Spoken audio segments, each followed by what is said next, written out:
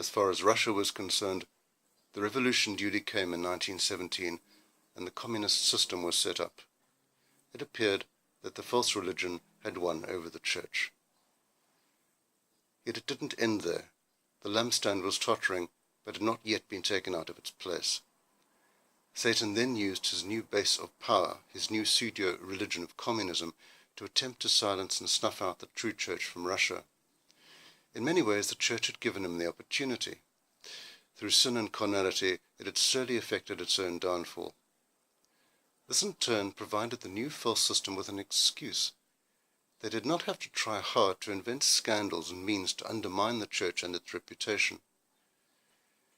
We are informed, for example, that, quote, both the local and the central authorities in the new militantly atheist state used such scandals and conflicts as the legal foundation they needed to intervene in ecclesiastical affairs. The nature of Satan as the devourer becomes quite clear here. Revolutionary tribunals placed numerous clergymen on trial, charging them with illegal activity, which usually meant anti-Soviet propaganda. Predictably, the common people were totally deceived. A group that called themselves the League of the Godless came to power within communist ranks. This group viewed the clergy as an army of obscurantists and enemies of Soviet power.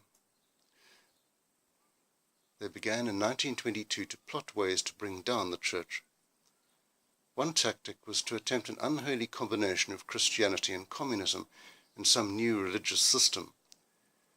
There is a curious anecdote wherein a peasant woman speaking in a town assembly tried to give a quote from Lenin, but had to be told that it was in fact not Lenin but Jesus who had said that. Such was the confusion and deception among the deceived. It's an old and sorry story through history. The church put up in kangaroo courts and on trumped-up charges. In many cases, the church is the innocent victim. In this case, however, it was the weakness of the church that gave Satan an opportunity. And so the lampstand, the church in Russia, God's light to Russia, was sadly removed from its place. And just as was the case in France, Satan found he now had control over one of the most powerful nations on earth. As we all know from our recent history, communists, using Russia as a base, tried to spread their godless system to the ends of the earth. But wherein Christianity is a message of hope and freedom, communism provided a false religion that brought death to 100 million people and destruction to many more.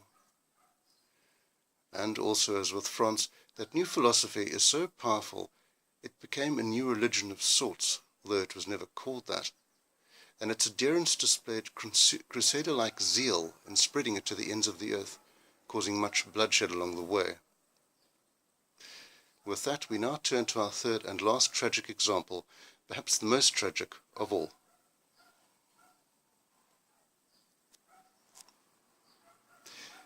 We in fact see precisely the same pattern unfolding and repeating itself in the dramatic case of Nazi Germany in the 1920s and 30s. Again, we find a similar situation, that of a weak church that has failed to meet its nation's spiritual needs. For Germany, though a great nation, had taken a dark path. It had in fact led the Christian world in the rise of liberal theology in the 19th century. Theological liberalism was a new heresy, one that rejected many tenets of traditional Christian doctrine. There were liberals who claimed that the Bible was not God's word, who rejected the doctrine of the physical resurrection of Jesus from the grave, who denied that Jesus was born of a virgin, that he performed miracles, and who claimed there was no such thing as a personal devil, among various other new doctrines. Many of these beliefs, in fact, are prevalent in many theological institutions today. So what happens when the true religion fails its people? They go in search of a false religion. And once again, Satan, who seeks the earth like a roaming lion, was only too happy to supply one. So just what did take place in Germany at this time? We start to realize exactly what was wrong with these early liberal theologians when we realize that their theology supported not only anti-Semitism, but also paved the way for that of Nazism in the 1930s. Now, I want to say that I have no desire to knock Germany as a nation. I have German blood myself, of which I am very proud. Germany is one of the greatest nations in history. It has given us an inestimable amount, both materially and spiritually. Germany has been at the forefront of music, philosophy, and many of the sciences since the Enlightenment. It's also the nation that gave us Martin Luther and the Reformation. The tragedy, however, is that Satan will always be on the lookout for loopholes he can exploit, especially in powerful nations. He did exactly that with France, with Russia, and now, come the 1920s and 30s and the turmoil there, with Germany. Clearly, Germany had a great spiritual tradition. From the 19th century, however, that theology began tragically to take a dark course. One of the problems was the teaching in the German churches. On one level, there was a growing feeling that Christianity was out of touch with the common folk. They could not relate to it any more, nor see that it was a force that could positively touch or alter their lives. Although it is obvious that some effort was made to bring religion up to date, the results were not sufficient, at least in the eyes of the German people. Religion was not a vital force speaking to everyday life. After 1900, and particularly following World War I, political, economic and social reform groups agitated for rejection of church membership on the ground that the reforms being enacted would make life pleasant and thereby abolish the need for religion with its opportunity to escape reality. Not surprisingly, by the early 1920s, a high number had started bailing out of church membership. A 1944 article complained about the spiritual immaturity of German churchgoers in the decades prior to that, in other words, leading up to the Second World War. Here the writer in question complains about the existing church system that it cannot be claimed as a form of church government that makes for spiritual maturity. Kings shall be thy nursing fathers. Too literal an application of this principle has produced a race of church children who never grow up. Professor Schaff complained in 1857 that in North Germany, where Lutheranism was strongest, the congregations were almost as passive, dependent, and incapable of self-government as in the Roman Catholic Church. The writer also complained that the Church has been so secularized that the way was well prepared for Nazi usurpation, only about 10% refusing to bow the knee to Baal. Liberal theology produced not only heretics, but also a spiritually weak, dry church, who knew little about theology or the Word.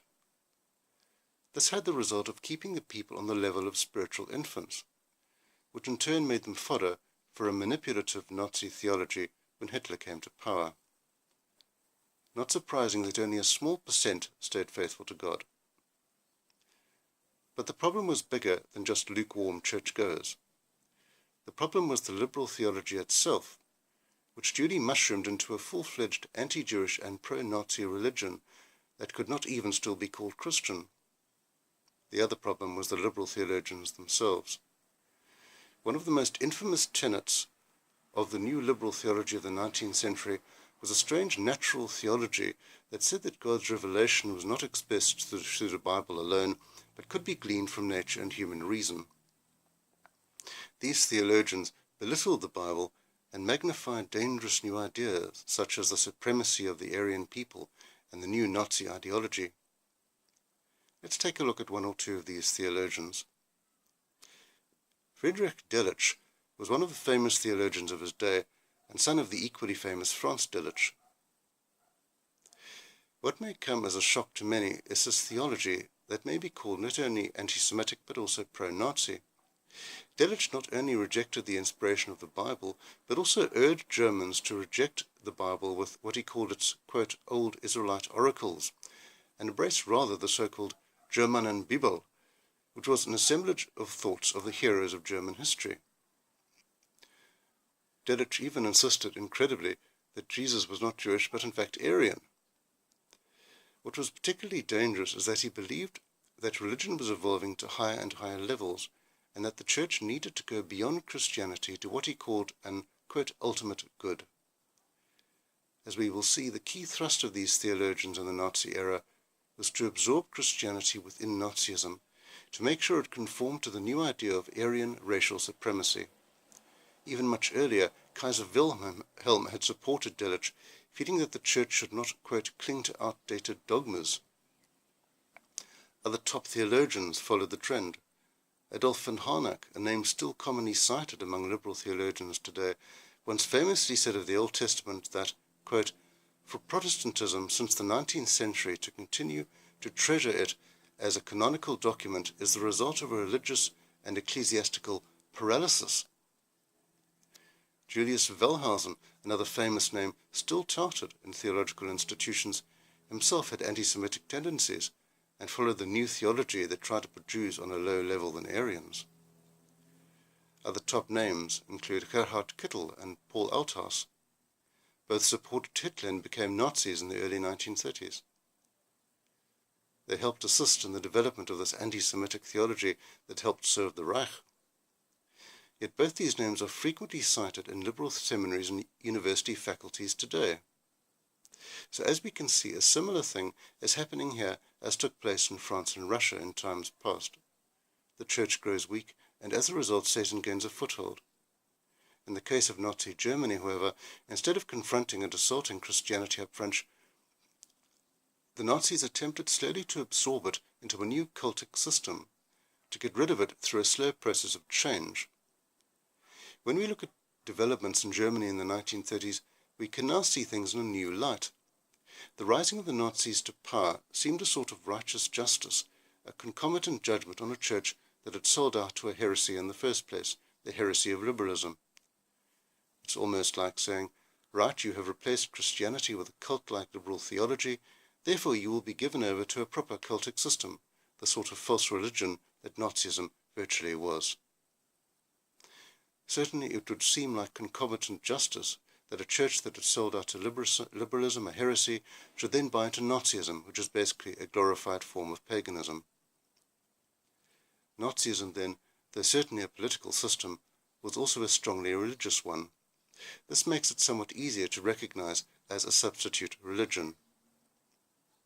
Historian Michael Burley, in his book Sacred Causes, brings out this phenomenon of Nazism as a virtual religion. For one thing, if Stalin was considered a messiah and savior in Russia, then even more was Hitler considered the same for the Nazis. Another writer has looked at the phenomenon of Nazism as a religion like this. Nazism had with Nietzsche its prophet, with Wagner its psalmist, with Mein Kampf it had its sacred book, and with Hitler its messiah. We see this even more clearly when we read the statements of leading Nazis themselves. It's clear that even from quite early, Nazi spin doctors were set up to make Christianity conform to the new Nazi religion, and a weak church in Germany let it do so. From this early period, three people, German philosopher Ernst Bergmann, religious studies writer Jacob Wilhelm Haar, and Nazi theorist Alfred Rosenberg, set about the task of fashioning Christianity so that it conformed to the new Nazi dogma. What these individuals were doing was nothing new. They were building on the horrific theology that liberal theologians had been building from the 19th century. Theological liberalism, then, had actually laid the seedbed for Nazism. To give some examples, biblical scholar Paul de la Garde, quote, sought a greater Germany whose racially pure inhabitants would embrace the true Christianity in conformity with German folk ideals. Arthur Bonus, a former Lutheran pastor, was most famous for the concept of the so-called Germanization of Christianity. Horrifically, Bonus actually wanted to get back to the worship of Wotan, the Norse god. Clergyman Johannes Müller wished to dissolve structural Christianity altogether with its services and traditions, and replace it with a religion of nature, free of Christian doctrines and precepts. One of the spin doctors of this period said, quote, we know two gods, one in heaven and another on earth. The second is Germany. As one writer put it, but we, quote, are Germany, Hitler had said on another occasion, and we meant I. And so there were people who prayed to Hitler, perhaps without realizing that this was prayer. Was it not Hitler himself who had said, quote, we do not want any other God than Germany itself. It is essential to have fanatical faith and hope and love in and for Germany. How effective was this? As was the case with communism, the Nazis sought to divide and conquer, to wipe out Christianity through external pressure and stirring up internal friction. Rosenberg sought the death of the Christian church through Nazism and its activities. He maintained that when a man puts on the brown shirt and ceases to be a Catholic or a Protestant, he is only a National Socialist. To him this meant that the Nazi did not need or want Christianity. It appears that Hitler and Rosenberg hoped to divide and conquer. They not only fostered dissension in the church ranks, but they tried to cut off part of the church's body in the hope that the gradual dismemberment would eventually result in its death. Then, as it happened in the case of France and Russia, the one religion sought gradually to displace and then replace the other, true religion. Furthermore, it was the weakness of the church at this time that made it possible. As a result, a small minority of German Christians went underground and survived as the remnant of true Christianity, while the majority sold out and bought into the new false religion. A truly horrifying episode is recorded on the battlefield itself. In the course of the war, a young airman was shot down and mortally wounded. The pastor duly rushed out to give him holy unction in his dying moments. But here the young airman incredibly turned to the pastor and said, "The Führer is my faith. I don't want anything from your church, but if you want to be good to me, get my Führer's picture out of my breast pocket." The minister did so, giving the dying man a picture of Hitler. The young aviator took it, kissed it fervently, and from there went on into eternity. It was clear there was no place in the Third Reich for true Christianity. The only kind of Christianity that would be tolerated is one that had been squeezed and moulded into Nazi ideology. And so slowly, surely, the light of a dim and ineffective church, steeped in heresy, was put out, and its lampstand in Germany, one of the mightiest nations in the world and in history, was removed from its place and only restored much later. And just as had been the case in France and Russia, Satan was able to make use of the mighty German army in an attempt to stamp his Nazism around the world. It was only by the grace of God that he was stopped. So yet again we find the same pattern. A church that sinks to a low enough level of sin or heresy is risking the terrible judgment of Revelation 2:5, that its lampstand be taken out of its place. In this case, the ensuing darkness was so terrible that millions of people died and the world suffered cruelly in the ensuing 6-year war that followed.